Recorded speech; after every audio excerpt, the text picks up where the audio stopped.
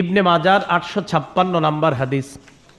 এই হাদিসের মধ্যে রাসূল আকরাম সাল্লাল্লাহু আলাইহি সাল্লাম ইরশাদ করেন, মা হাসাদাতকুমুল ইয়াহুদু আলা শাই মা হাসাদাতকুম আলা সালামি ওয়াত তামিন। আল্লাহ নবী বলেন, ইহুদিরা তোমাদের কোনো বিষয়ে ঈর্ষা করে না, দুইটা বিষয় ঈর্ষা করে।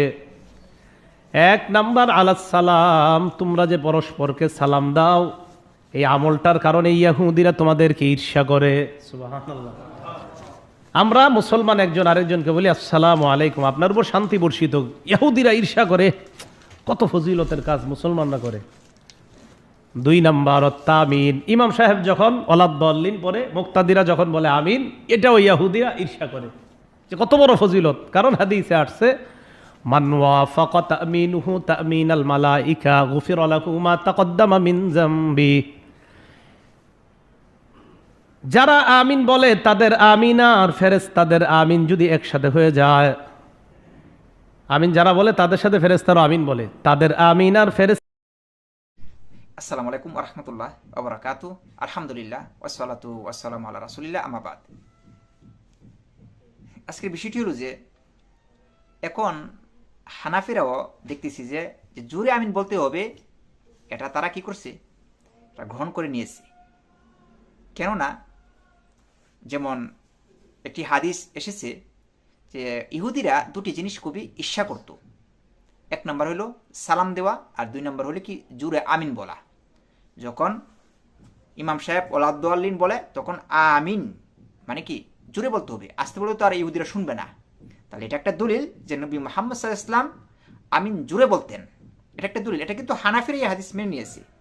ঈর্ষা কিভাবে করবে? যদি আমিন আস্তেই বলে তাহলে তো ঈর্ষা করবে না, ইহুদিরা ঈর্ষা করার কোনো প্রয়োজন নাই।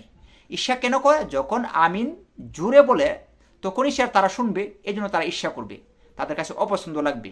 তো দুটি জিনিস ইহুদিদের কাছে অপছন্দের বিষয়, একটি হলো কি সালাম, আর দ্বিতীয় হলো জোরে আমিন বলা। আমি আরেকটি হাদিস আপনাদের সামনে তুলে ধরি বুখারী থেকে। বুখারী কিন্তু অনেকগুলো হাদিস এসেছে, তার মধ্যে একটি হাদিস আপনাদের সামনে তুলে ধরবো, অথবা দুটি হাদিস। ইমাম বুখারী রাহিমাহুল্লাহ তিনি অধ্যায় রচনা করেছেন। কি অধ্যায় রচনা করেছেন? যে আমিন জোরে বলতে হবে, এইভাবে অধ্যায় রচনা করেছেন ইমাম বুখারী রাহিমাহুল্লাহ। যেমন তিনি বলেছেন যে বাবু জাহরিল ইমাম বিত্তামিনি, ইমাম সাহেব জোরে আমিন বলতে হবে। ইমাম সাহেব কি জোরে আমিন বলতে হবে, এটা একটা অধ্যায় রচনা করেছেন।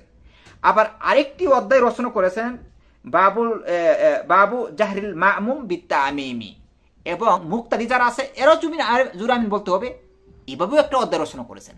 অধ্যায় রচনা করে ইমাম বুখারী রাহিমাহুল্লাহ কি করেছেন? হাদিস এনেছেন। তারপরে এই হাদিসটি আপনাদের সামনে তুলে ধরি। ইমাম বুখারী রাহিমাহুল্লাহ তার কিতাবের মধ্যে, এটা বুখারী কিতাব, আপনারা দেখতেছেন যে এটা বুখারী কিতাব, এই যে এটা বুখারী কিতাব। কত নম্বর হাদিস? হাদিস নাম্বার হলো আপনার 780 নম্বর হাদিসের মধ্যে হাদিসটি বর্ণনা করেছেন রাসূল সাহাবী আবি হুরায়রা রাদিয়াল্লাহু তাআলা আনহু, তিনি বর্ণনা করেছেন। আবু হুরায়রা রাদিয়াল্লাহু তাআলা আনহু বলেছেন যে আন্নান নবী সাল্লাল্লাহু আলাইহি ওয়াসাল্লাম ক্বালা, রাসূল সাল্লাল্লাহু আলাইহি ওয়াসাল্লাম বলেছেন যে রাসূলুল্লাহ সাল্লাল্লাহু আলাইহি ওয়াসাল্লাম এই কথা বলেছেন কি, ইদা আম্মানাল ইমামু ফাআমিনু। রাসূল সাল্লাল্লাহু বলেছেন, কি বলেছেন?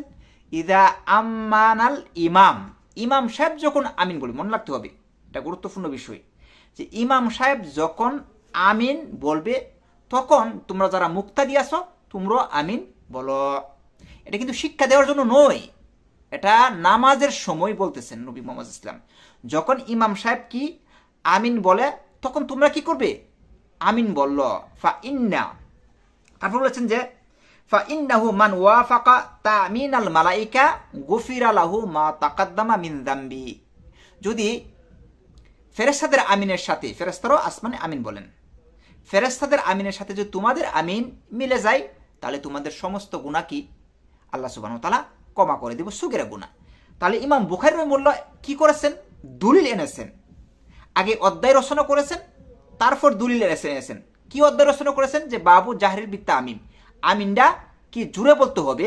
কে বলেছেন? জাহরুল ইমাম বিত্তা আমিন, জাহরিল ইমাম বিত্তা আমিন, আমিন জুড়ে বলতে হবে। কে? ইমাম সাহেব জুড়ে বলতে হবে। এরপরে এই দলিল এনেছেন, আবু হুরায়রা রাদিয়াল্লাহু তাআলা আনহুর হাদিস এনেছেন।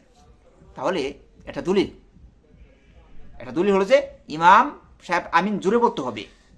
এটা হইলো কি বুখারী রহমতুল্লাহ এই দলিল এনেছেন। তারপর আরেকটি দলিল এনেছেন, বাবু জাহরিল মা'মুম বিতামিনি, এবং যারা হলো মুক্তাদি তারা জোরামিন বলতে হবে। আরেকটি অধ্যায় রচনা করেছেন ইমাম বুখারী রহমাহুল্লাহ। অধ্যায় রচনা করে আবু হুরায়রার আরেকটি হাদিস এনেছেন, অন্য হাদিস এনেছেন। কিভাবে হাদিস, কি হাদিস এনেছেন? তিনি বলেছেন যে আনা রাসূলুল্লাহ সাল্লাল্লাহু আলাইহি ওয়াসাল্লাম ক্বালা আল ইমাম গায়রিল মাগদুবি আলাইহিম ওয়ালাদ-দাল্লিন আমিন। যখন ইমাম সাহেব যখন গায়রিল মাগদুবি আলাইহিম ওয়ালাদ-দাল্লিন ফাকুলু, কি তোমরা বলো কি আমিন। অন্যান্য রিওয়ায়াতের মধ্যে আসি আছে যে রফা বিয়া সৌতাহু, তোমাদের শতকে বলিন্দ করো, মানে জোরে বলো। অথবা অন্য হাদিস, আরেক কিছু হাদিসের মধ্যে আসি আছে যে মাদ্দা বিয়া সৌতাহু, মানে বিভিন্ন রিওয়ায়াত এসেছেন। তাহলে ইমাম বুখারী রাহিমাহুল্লাহ বিভিন্ন হাদিস এনেছেন, এনে এটাই প্রমাণ করেছেন যে আমিন জোরে বলতে হবে, আস্তে বলা যাবে না। এটা রাসূলের সুন্নাত। আস্তে বলার যে হাদিস, সেই হাদিস সুই হাদিসের খেলাফ।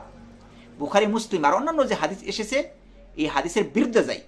যদি হাদিসের মানে সুই হাদিস বা শক্তিশালী হাদিসের বিরুদ্ধে যায় অন্য হাদিস, অথবা দুর্বল হাদিস, যদি কোনো দুর্বল হাদিস সুই হাদিসের বিরুদ্ধে যায়, এই হাদিসের নাম কি? এই হাদিসের নাম হলো মুনকার, মানে এই হাদিসের উপরে আমল করা যাবে না।